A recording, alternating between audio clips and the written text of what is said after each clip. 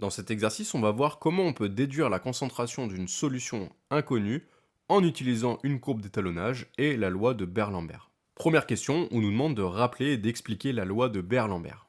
Ici, il faut rappeler que pour une solution colorée, puisque effectivement le dosage par étalonnage en spectrophotométrie ne peut marcher que si on a une solution colorée, on va avoir une relation entre l'absorbance et la concentration de notre solution. Et ça, c'est ce qu'on appelle la loi de Beer-Lambert. On va donc avoir l'absorbance qui va être égale à un coefficient multiplicateur K fois la concentration. Autrement dit, plus la concentration de notre espèce colorée va augmenter, plus l'absorbance de la solution va augmenter. Et ça va augmenter de manière proportionnelle. On va pouvoir tracer une jolie droite. Et ça, c'est vraiment tout ce qu'on aime en physique et en chimie, les droites, puisqu'on a des relations de proportionnalité et que c'est très facile à exploiter. Petit rappel de cours à ce stade, la loi de Beer-Lambert, on peut l'utiliser que pour des solutions diluées. Autrement dit, pour que ça fonctionne bien, il faut que la concentration de l'espèce qu'on cherche à étudier ne soit pas trop élevée. En général, on fixe le seuil de 0,1 mol par litre.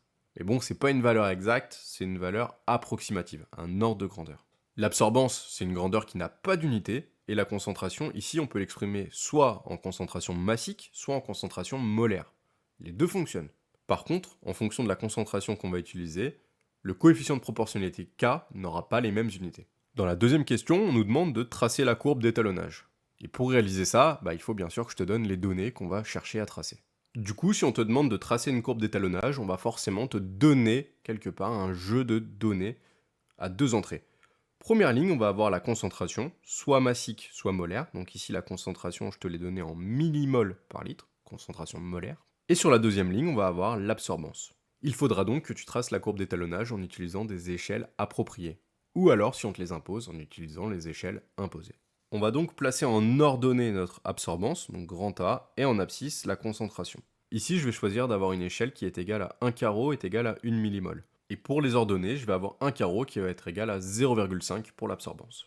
Une fois qu'on a fait ça, on n'a plus qu'à placer nos points sans se tromper. Le premier point est environ ici, le deuxième point, on va avoir une absorbance de 0,6 pour 3, et on va pouvoir ainsi de suite continuer à placer tous nos points. Le quatrième point qui est ici, on a fini de placer tous nos points. Ce qu'on s'attend à avoir en finalité, il faut le garder en tête. Ici, on veut avoir une courbe d'étalonnage de spectrophotométrie. On doit donc avoir une droite. Et c'est pire que ça, c'est une droite qui doit passer par l'origine, le point 0, 0. Pour ça, on va donc utiliser notre règle.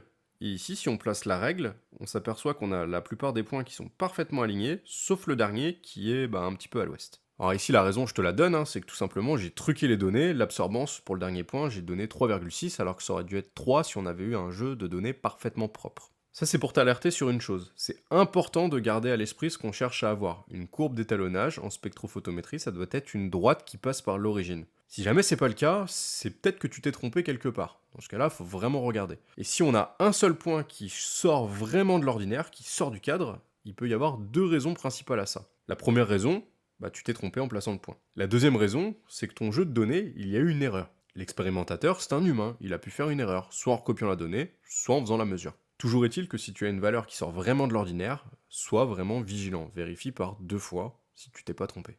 Dernière remarque, ici j'ai utilisé un jeu de données parfait. Un jeu de données parfait, ça n'existe pas. Dans la réalité, on aurait un petit peu de bruit, les valeurs un petit peu au-dessus, un petit peu en bas, et on devrait tracer une droite en passant au mieux à travers toutes ces valeurs. Ça, si jamais tu utilises un outil informatique, ça le fera parfaitement bien pour toi à travers ce qu'on appelle la méthode des moindres carrés.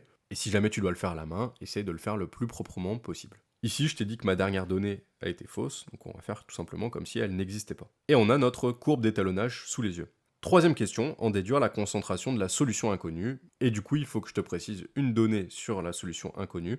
Et cette donnée, ça va être son absorbance. Imaginons que notre solution inconnue, on mesure son absorbance avec un outil approprié et qu'on trouve 3,8. Ça va nous permettre d'en déduire sa concentration avec la courbe d'étalonnage. On reporte le 3,8 sur l'axe des ordonnées et on tire un trait jusqu'à rencontrer la courbe d'étalonnage. Lorsque c'est fait, on reporte sur l'axe des abscisses et ce point-là, c'est tout simplement la concentration de notre solution inconnue. Ici, 19 millimoles par litre. On peut donc répondre à la question.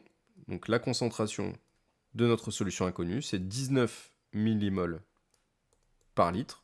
Et petite étape supplémentaire, si jamais on est en chimie, souvent on préfère utiliser les moles par litre plutôt que les millimoles. Donc on fera une conversion et on obtiendra une concentration C qui est égale à 1,6 fois 10 puissance moins 2 moles par litre.